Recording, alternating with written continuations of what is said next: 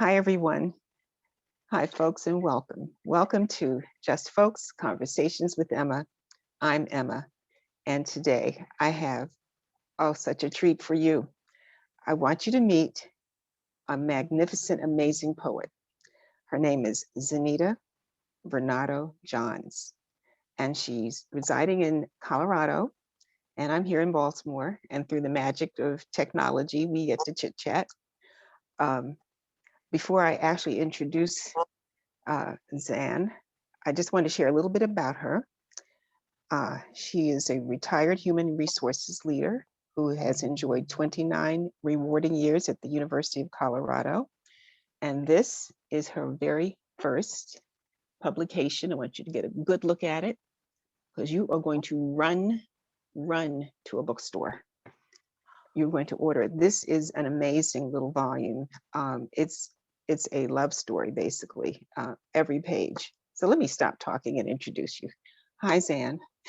Hi, thanks for having me. Oh, thank you for joining me. I'm just so excited. Reading this book, oh my goodness, it's just loaded with gems, loaded. I want you to share a few of them, but before we actually do that, I just wanted to ask you a little bit about, what led you to creating this. Well, first, I want to say congratulations on Just Folks. I think this is amazing. I'm happy to be here. I decided to publish my poems in the spring of last year when everything got quiet. I've been writing for over 40 years, and I thought this is the perfect time. We're closed down. I can spend the time. I can't see my grandkids. I can't see my kids. So let me focus on me and the things I want to do. Let me share some of my gifts with the rest of the world. So in the spring, I started to write. I started to edit. I started to purge. I cleaned up my office and got busy, pulled out all of my poems. Emma, many of them had never been typed. Because they were poems that I wasn't sure I'd share publicly. Okay. But some were typed up, and I reviewed them and decided, let me get this together. And so I took the time, and God sent me so many signs that the time was right. There were many, many signs along the way. Such as my sister-in-law, Janet Sawyer, knew about my writing, and she said, this was the first line. She said, you need to join WSA. That's the Women's Speakers Association.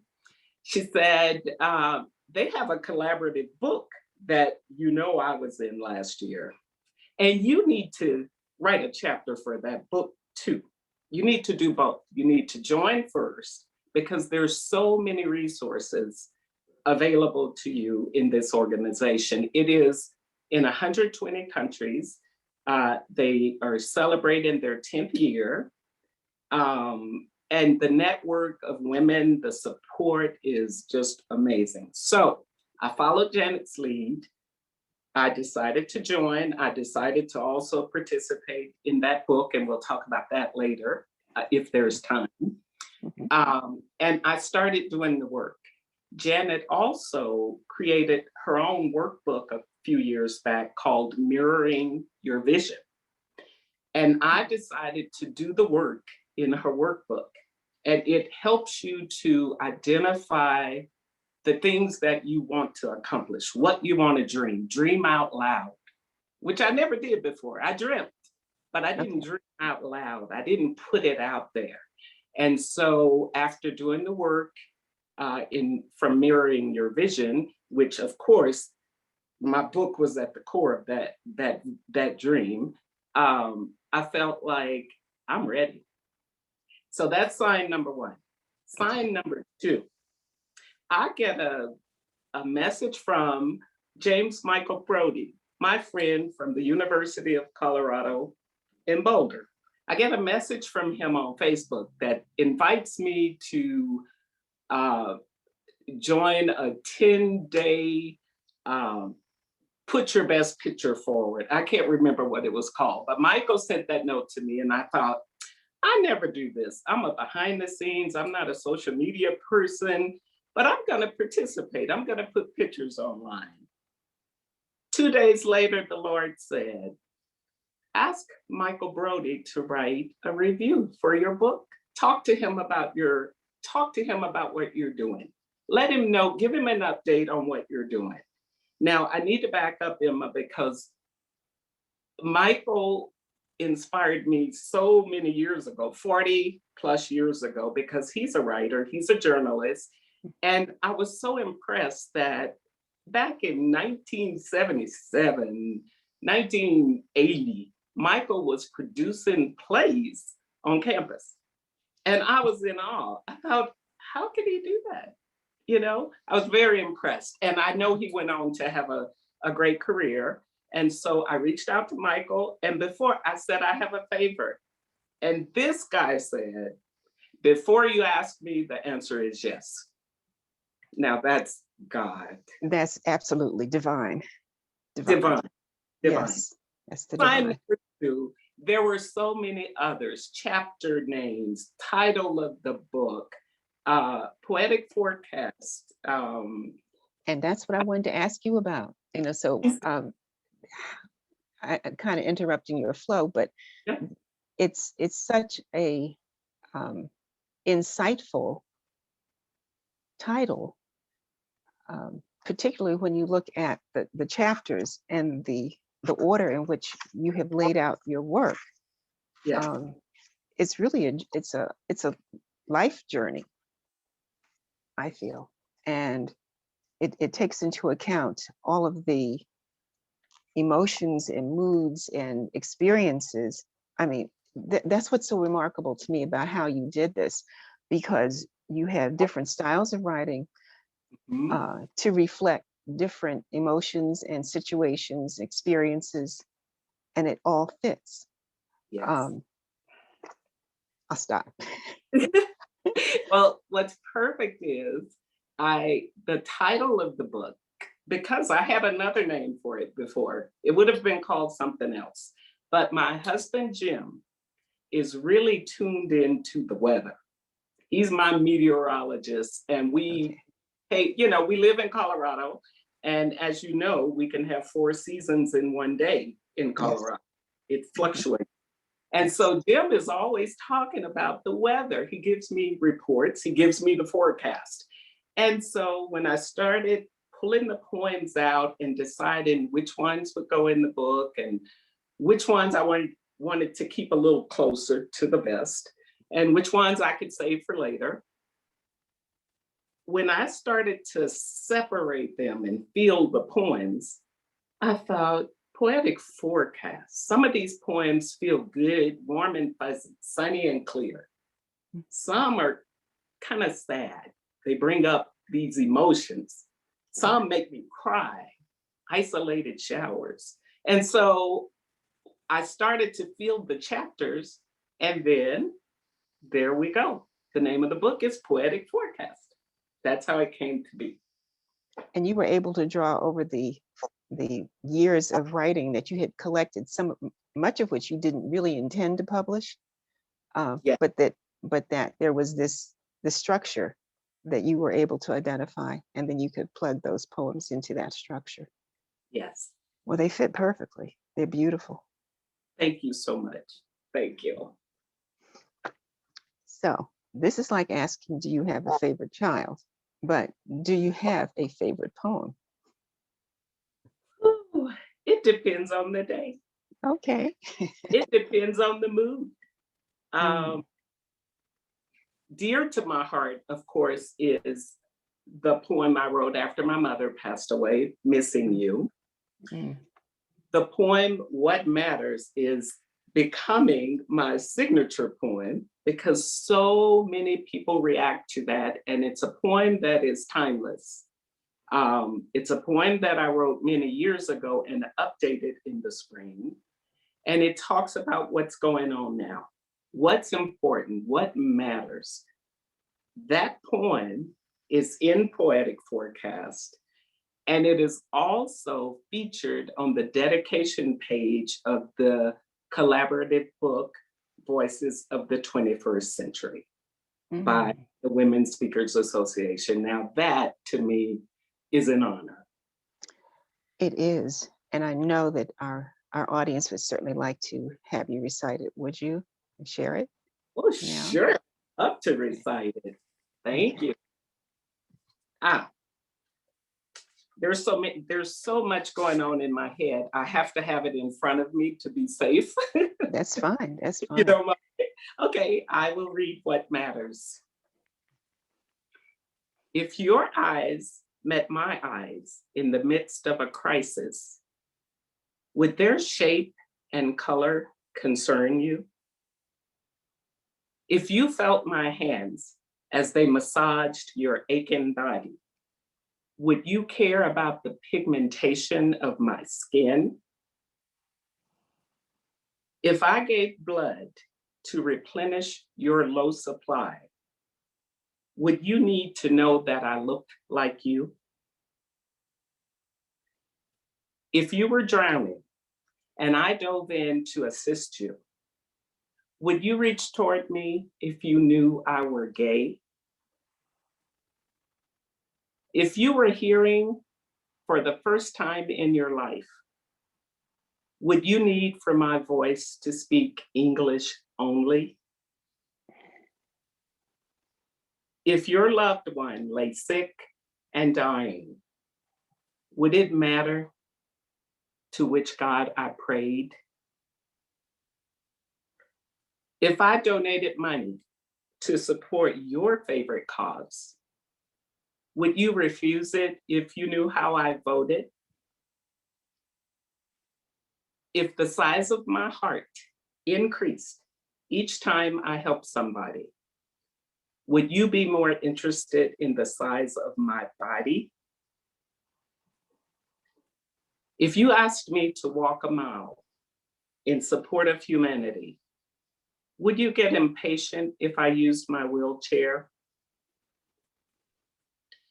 If I said no, and you assaulted me anyway, are you less guilty because I waited to report? If my family seeks asylum in the USA, are we not welcome because our border is to your south? If the police force keeps killing unarmed citizens, would you demand justice if they are African American? With civil unrest during this global pandemic, trust me, soon we will realize what matters.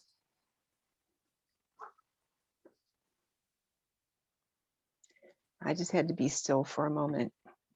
That is such an insightful and beautifully presented poem. It gets to the heart of, as you say, what matters. And you do it with such gentleness and from the perspective of love.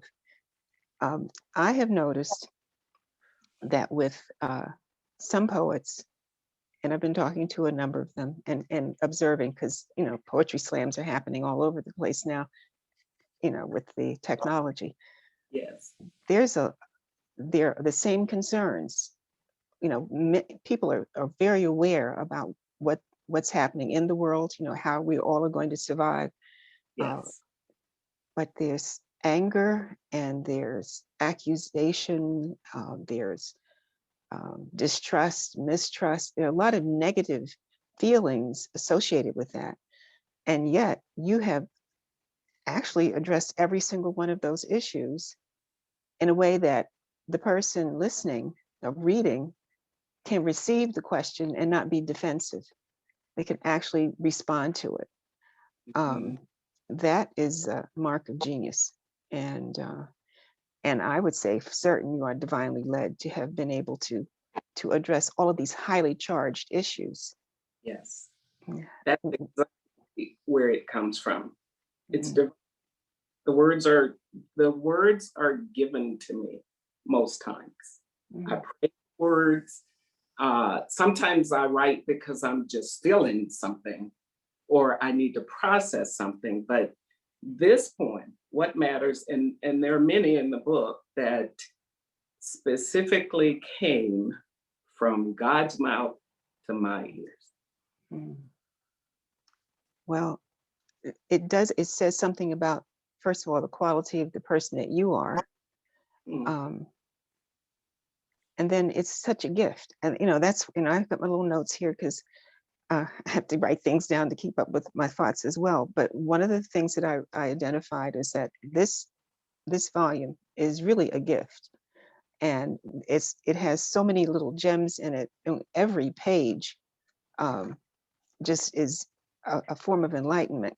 One of the things I wanted to ask you in terms of how you structured it yeah, is whether or not you actually have teaching experience, because um, the the presentation is, you are taking the reader through a developmental journey, really. mhm, We are traveling with you through these experiences, and they're so personal that I can't imagine that there's anyone who would not identify one way or the other somehow with something that you've written. You really touch, you write from the heart, and it's like speaking to hearts, heart to heart. heart to heart, from my heart to the reader's heart. And to Mhm. answer your question, I'm very humbled by what you said. I don't have teaching experience. Mhm. My experience, the bulk of it is in interpersonal relationships and human Mhm. resources. And so it comes from the core of my being. My Mhm. writing reflects who I am. And I am about love. I am about recognizing the value in every person. Um, I'm wanting to celebrate people. I think it costs us nothing to celebrate people. And so, what you see in the book, the order of it, when if I think back to the spring when I started putting the chapters together, initially, many of the poems were not going to be in there. I was not planning to include most of the the tributes. I was thinking about maybe doing a volume 2 or a second edition Mhm. and put those in there later.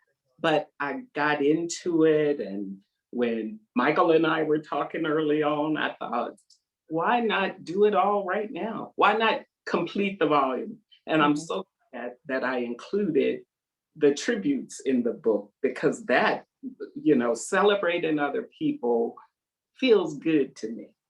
And I Mhm. want other people to do it, you know?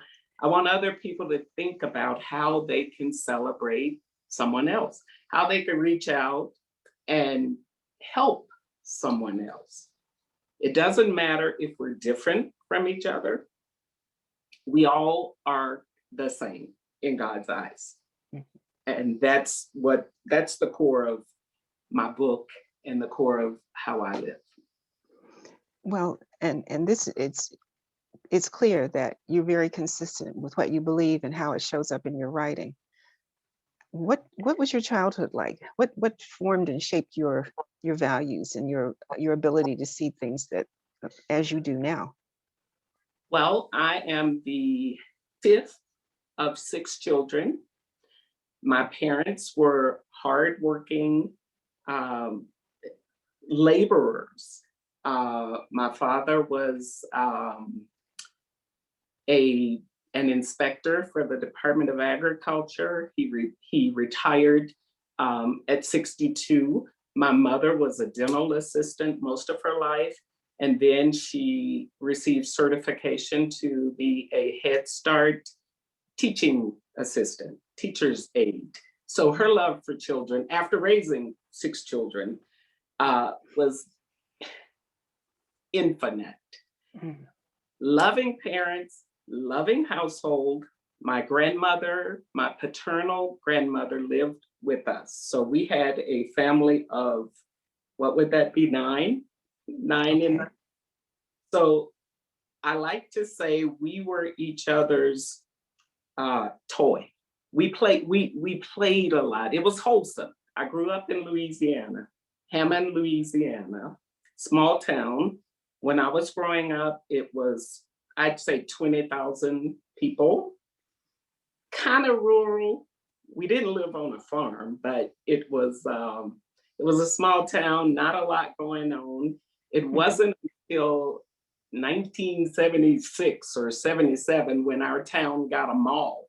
That was a big deal, Emma. So I'm a small Okay. town. It was a big deal. But we learned, and the segregated South. Mhm. Keep that in mind. Freedom Right. of choice. I was in sixth grade when schools started to integrate. But we, Black people lived here, white people lived there, and a lot of that is still the case. That's still sort of the situation there, even though there are integrated neighborhoods in Hammond. So it wasn't so much a progressive town. It was a small town, and I couldn't wait to leave. I followed my older brother, Daryl, Okay. to the University of Colorado, and I've never left. I hate being cold, but I love Colorado. It's beautiful, as you know. It was an adjustment, though. I had to adjust to this new, sterile, white environment. But because of how I was raised, I was comfortable. It didn't matter where I was. My husband likes to say, wherever you go, there you are. That Yes. works. That works both ways. Hmm. Hmm. I was comfortable with who I was. And it didn't matter that, well, it makes a difference, but I felt my value no matter where I went. And I taught my kids the same. I raised two kids in Boulder, Colorado, population 1% Black, um, beautiful place, great place to raise a child as long as you make sure that they know who they are and they know their history. That was important. And so your children, I'm assuming, were not well bred. Well, let me ask then, did they face any sort of discriminatory practices and that you felt necessary to intervene? Or Yes, wasn't overwhelming, but first of all, my son is the older one, and that my kids are 4 years apart, son and daughter. My son was an athlete.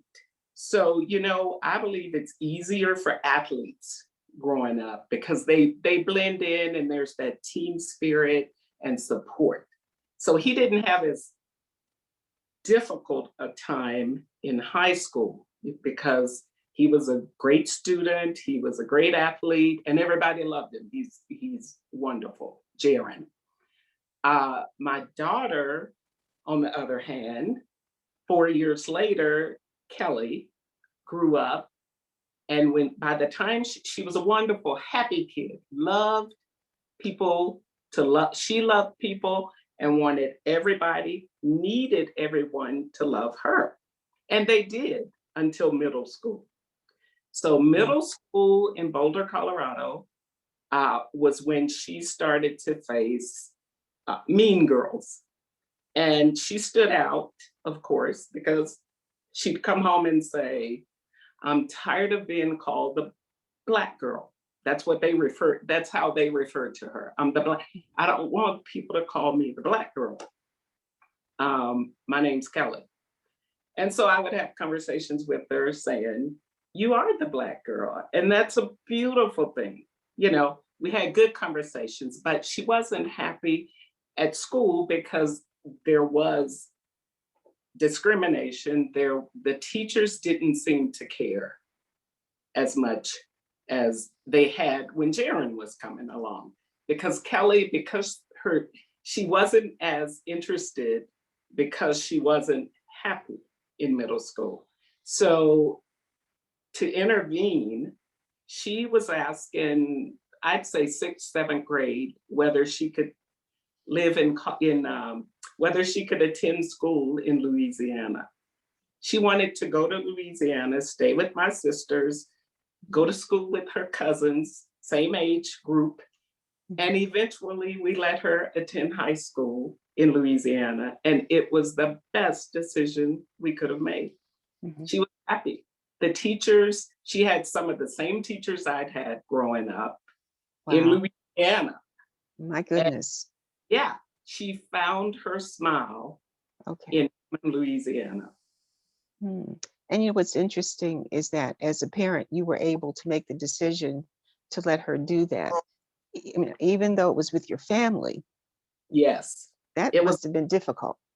It was a very difficult decision because I felt that she belonged with me. And I didn't want to burden anyone else, but they wanted her to come and she wanted to go. So we made a deal with her. We said, at the end of the school year, if your grades are what we wanted them to be and everything's kosher, we'll consider it. Then the time came because she kept up her end of the deal. She was ready to go. And the time came and I thought, oh my goodness, I can't let her go to Louisiana. Jaren's leaving for college. I'm gonna have an empty nest. They'll both be gone at the same time. I wasn't ready. And I have a girlfriend who said to me, when I need to make a decision, I do it in the morning before there's cobwebs. You know, I wake up with a clear mind. I'm one with the Lord. Think about it one morning. So one day, and I know you're gonna know what I'm talking about. I was driving into Boulder, and as I approached the scenic overlook, you know that yes, beautiful. You see the Flatirons, you see the range. The mountain range is beautiful. Yes. I was driving into Boulder to work, and the Lord said, "This is not about you. This is about Kelly. This is about putting her in a place where she can be her best self." It was clear, Emma. It was so clear. I didn't have listened anymore. And you listen, you know, and that's really the challenge. You know, much of the time we get the answer, but it's not necessarily an easy answer. Right. And it's hard to make a decision. It's not always the answer we want to hear, right? That's true. That is true. So you're to be commended for that. Thank you. As a result, you know, your daughter has blossomed. Yes. You're happy. She's happy. And, you know, I suspect you're closer now than you might have been had she had to endure 4 more years of very stressful, combative interactions with her peers. Yes. You know, you know, that can be damaging. You know, children are resilient and they can work their way through, but there's some things, you know, as a parent, you can kind of clear the way for them a bit. So you were able to provide for her the best possible setting. That's inspiring. Thank you. Well, I think it's time for another poem. Oh, let's see. Is there one you want to hear or you want me to pick one? Well, the one I'm actually saving. And it's pretty extensive, but it was just so wonderful. Getting personal with Uncle Luther. Yes. As I went through it, you know, it was a genius way to help all of us to see what his life was like without being intrusive. The questions that you ask, you know, we know that he had many experiences and was so respectful and so loving. So I don't know if we should do this one last or I can do it last. Okay. Well, in that case, let me make a comment about how the book is organized, just in terms of the artwork. You have it's all black and white. Yes. But the imagery is so strong that it evokes color. Mm. So, as I look, you have a beach scene, sun coming up, sunrise. You use a flower. Which one is that? The Several. plumeria. Yes, this one shows up in a couple. This, I don't know if you can see that. Yeah. It's beautiful. And when you're sitting here, you hold it, it's just so peaceful. It just kind of, settles your spirit before you turn the page to read. So let me ask you this: who and how did you decide on the layout? Did someone help you with that? Did you submit all the pictures? I mean, how did that happen? Because this is a beautiful volume. Thank you.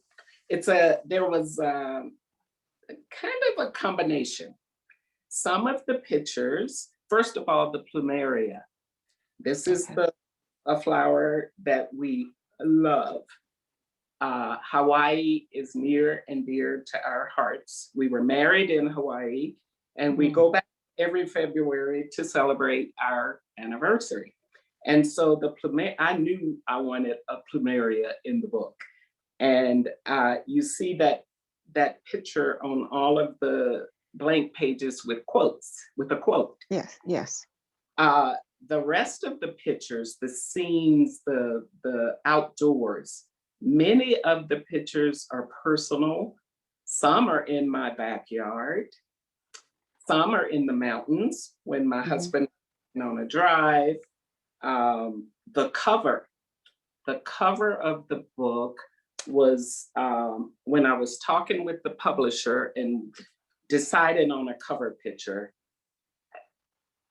I had shared some of my thoughts, but I believe another sign, Emma, they saw me. They knew that when they sent, there were 3 or 4 pictures for me to look at. Man, I saw this one and my heart really just stopped. I knew this was the one. Okay. So that's how the cover came to be. There's a picture of a rainbow in the book. That was another of the early signs in the spring. One of my dear friends sent a picture one day. Everyone knows I love rainbows. Okay. So every time we have a rainbow, I'm gonna get 2 or 3 pictures from friends because they know I. And Paul Table sent that picture of the rainbow, and I said, that has to. It was so meaningful that day. So that's how the pictures came to be. Well, it's just a lovely little volume, and I just I can sit with it and just kind of lose track of time and wonder about some of the people that you have dedications to. Yes. And some of the questions that you raise, and I don't know. I will say there's one that you wrote that really brought up for me. Let me see, where is it? I relate to it very personally because my mom has also made her transition. And this one is on Sunday, thinking of Myrrh. And it was well, my goodness, she took the words out of my heart and put them on the page. Wow. Because it's just so moving and so beautifully stated with love. There's so much love there. Would you like to share that one? I would be happy to share that one. And I'm glad it touched you the way it did. Yeah, I'm glad. I'm gonna find it. Page 88, correct? Yes, 88. This is for this one, Emma, because it's in. I want to read it from the book. Okay. And it's called On Sunday, Thinking of Myrrh. That's what we call my mom, Myrrh. You made Sunday special by giving us spiritual guidance, making sure we felt pretty and strong, filling our home with love and the aroma of Sunday dinners. You made Sunday special by sprinkling goodness throughout the day, allowing us to do special things while preserving your afternoon for much needed rest, or connecting with your friends later in the evening. Then I moved away, and you still made Sunday special because I knew we talked by phone. You lovingly shared whatever you were doing, reminded me of things that made Sunday special. Your Sunday dinner, family visits, the peace afforded by 2 days of rest, conversations with my siblings and your dear friends, the joy in your voice at the sound of my voice. I'm at a loss because Sunday no longer feels special. It dawned on me today why. I miss you terribly.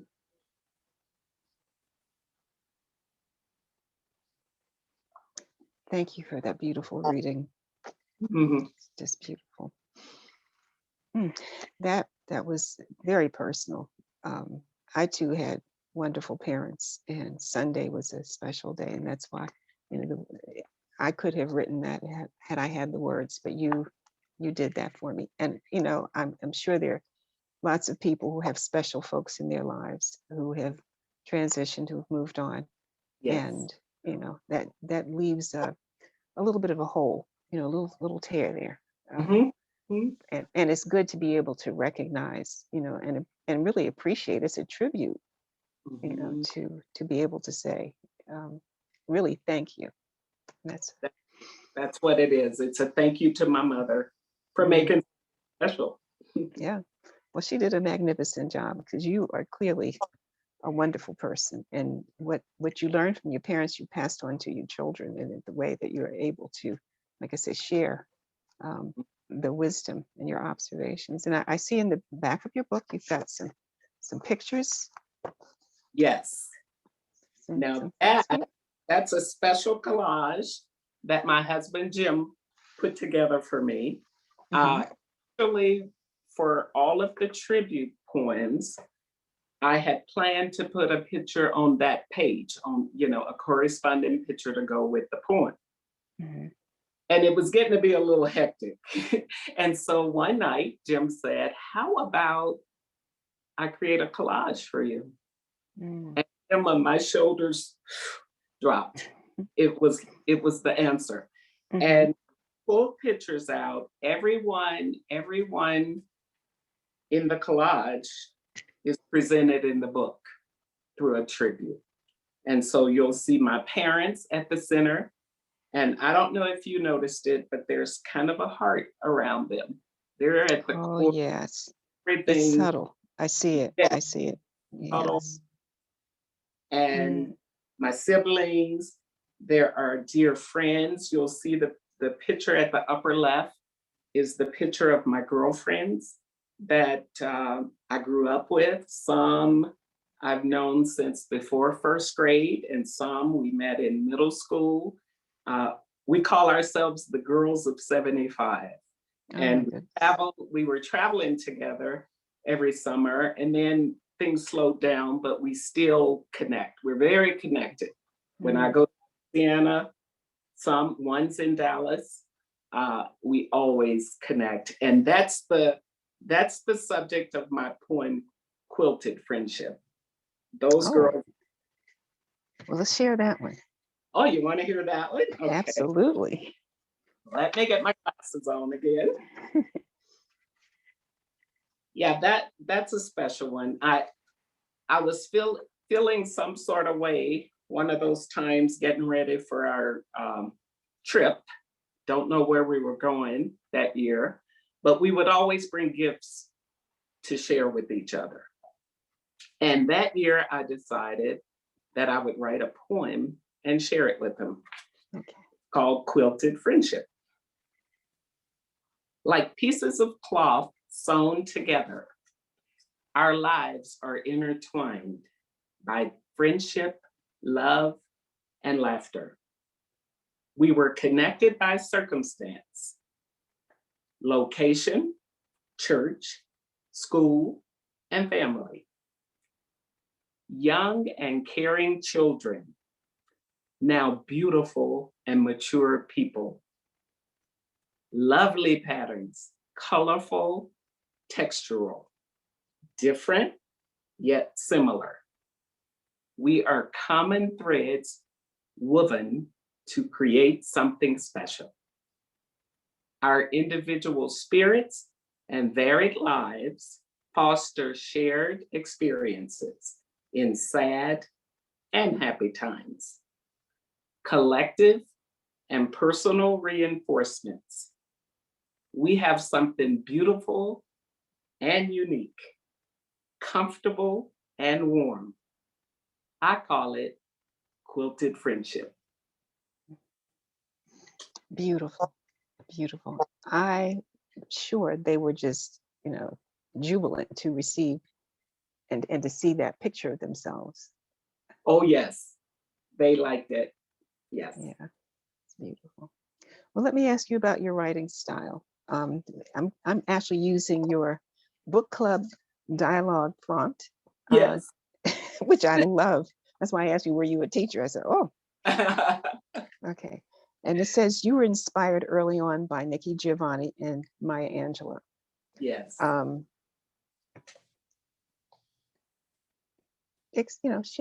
Share about that. What does that look like? Well, first of all, growing up in school in K through 12, we heard more about the men, Langston Hughes, Edgar Allan Poe, Robert Frost. When I came to Colorado, and I can't remember if it was the program council or who hosted Nikki Giovanni.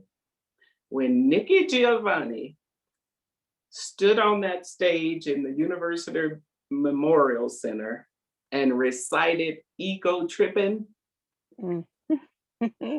no other poem, she changed my life.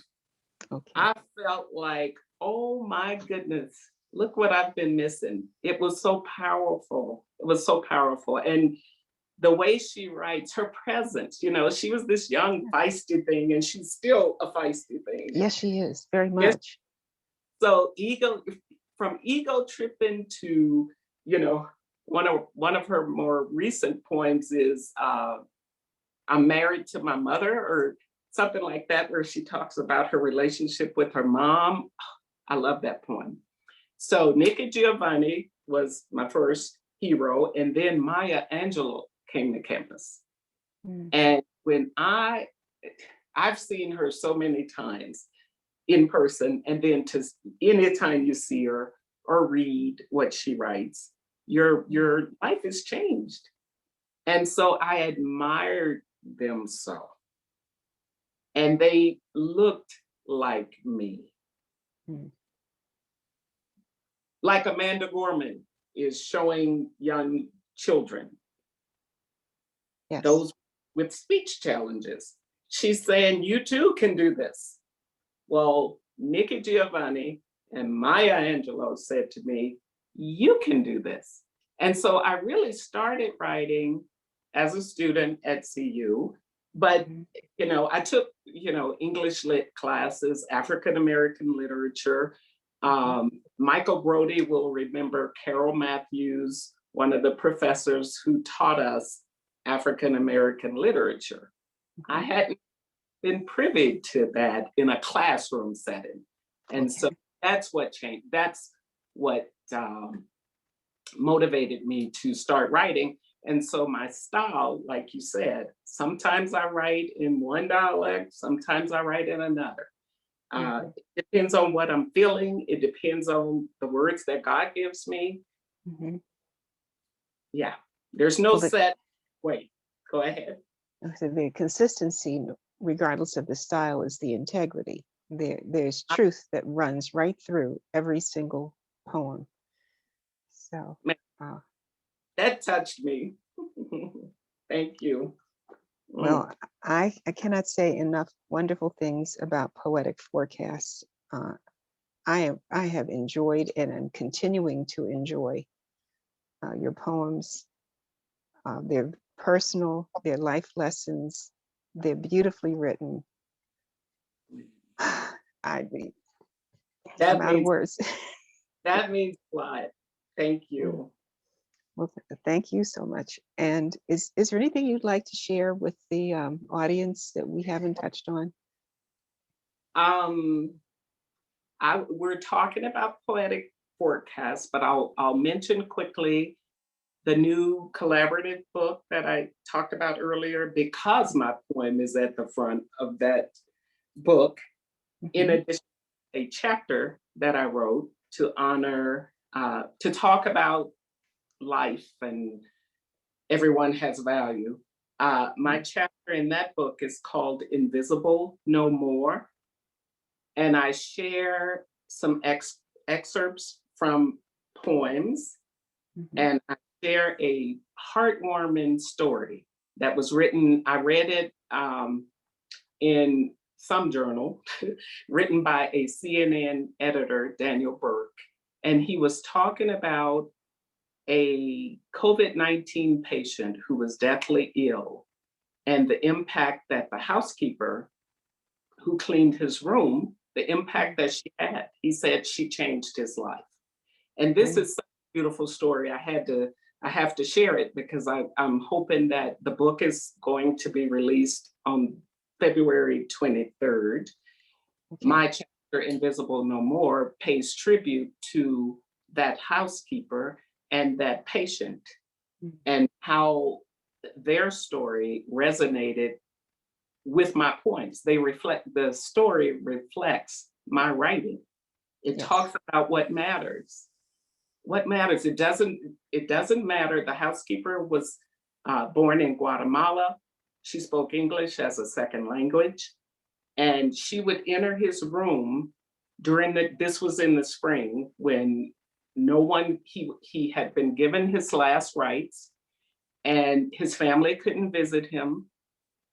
And he'd pretty much given up on life. Mm. The hospital chaplain manager created talking points for the housekeeping staff so that when they entered the rooms to clean, they could encourage the patients. Mm. Brilliant. Yes. And so she would go in, she would talk to him about family, she would talk to him about faith. They were different, yet very, very similar. Mm. And so, because of that, he's now living and he honors her. He said she saved his life. That's what life is about. That's the message in my poems. Reach out, Yes. empathy, compassion. What matters? Yes. Love and compassion. So that's it. Voices of the 21st Century. It has 40 stories, 40 chapters written by 40 amazing women across the globe. And will there be a link to that? Because we can attach, the links to getting your book as well as this one, Voices of the 21st Century. So once this is posted. They will both be available on my website, autographed on my website. Oh, okay. That's wonderful. zanetafriends.com. And then, of course, on Amazon and wherever books are sold. Okay, well, we'll put all of that information in so that viewers can, and listeners, because we're going to podcast as well, we'll be able to find those links and make those connections. Great. This has been the most wonderful conversation. Oh my goodness. It's mutual. Yes. I thank you. Can we fit in Uncle Luther? Uncle Luther, yes. And because it's ironic that you asked about that. I'm sitting here and his picture is right next to me. I don't know if there's a glare. Oh, what a sweetheart. What a sweetheart. My husband's uncle. and he lived to be 101. Mm. And this poem was written for his 90th birthday. My husband and I surprised him and visited him in South Carolina, where we were able to see where he was raised, the church that their grandfather created. It was so beautiful. And so I was still working at the time. And I thought, how can I honor Uncle Luther, who was an amazing singer on Broadway. And he was the last living member of Carmen Jones. Really? Yes, he lived most of his life in New York, and he played Joe, the lead character on Broadway. Wow. Yes, voice, amazing voice. So I'm going to read this. And I have to tell you, when I read it to him, his mind was as sharp as anyone's up until his last day. He had a story that was amazing. So this is called Getting Personal with Uncle Luther. After 90 years, I can only wonder how many miles you have traveled, how many mysteries have you unraveled? How many countries did you see? How many hearts did you set free? How many opportunities have you had? How many things have made you sad? How many laughs you shared with friends? How many lives you saw begin? How many things you got correct? How many times you lost a bet? How many thoughts have crossed your mind? How many treasures did you find? How many dates did you arrange? How many hugs did you exchange? How many letters have you written? How many times were you smitten?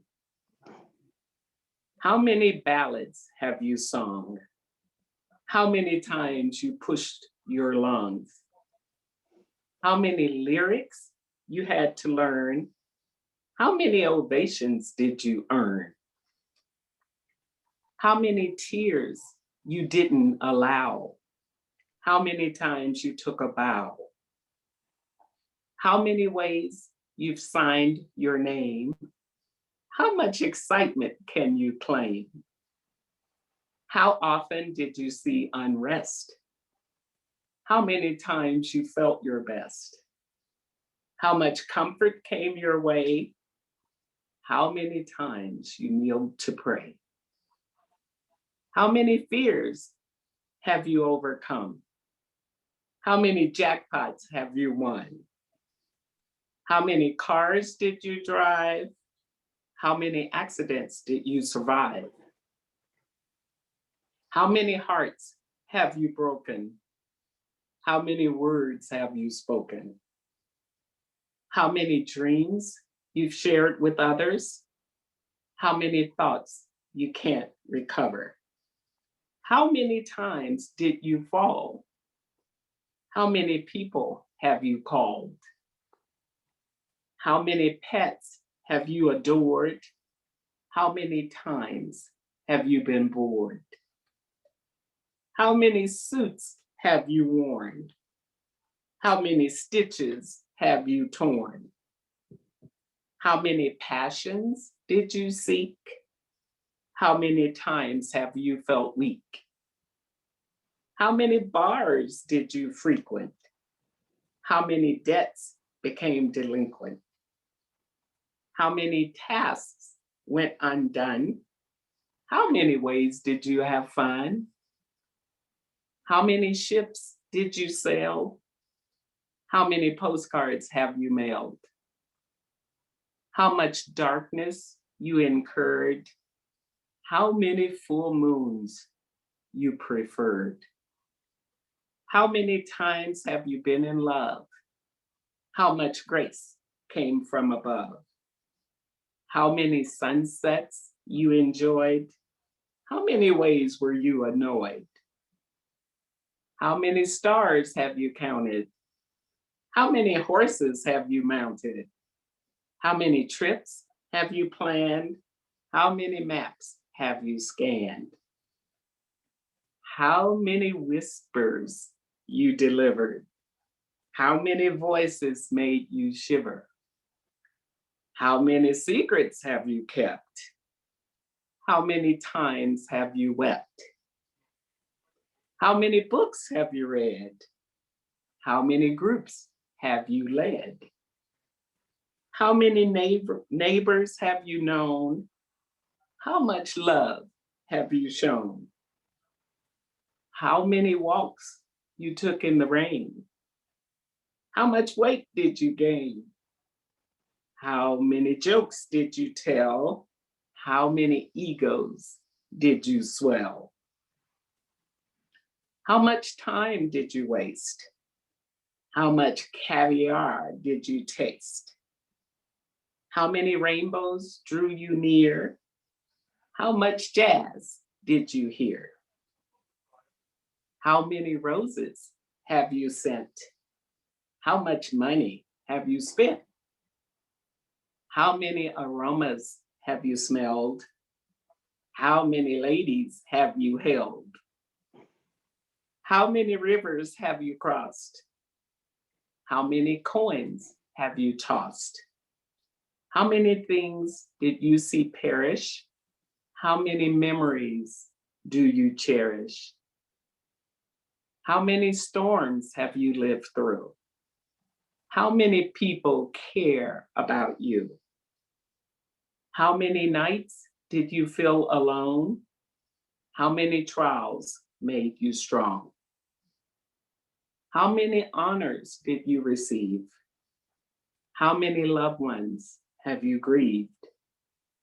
How many friends do you dearly miss?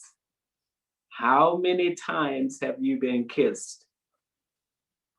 How many meals have you prepared? How many dinners did you share? How much wine did you drink? How many times have you winked? How often did you dance? How many times you found romance? How many candles did you light? How many times you said goodnight? How many movies did you view? How much gum did you chew? How many stairs have you climbed? How did you mostly spend your time? How many hands have you held? How many lies did you tell? How many people you offended?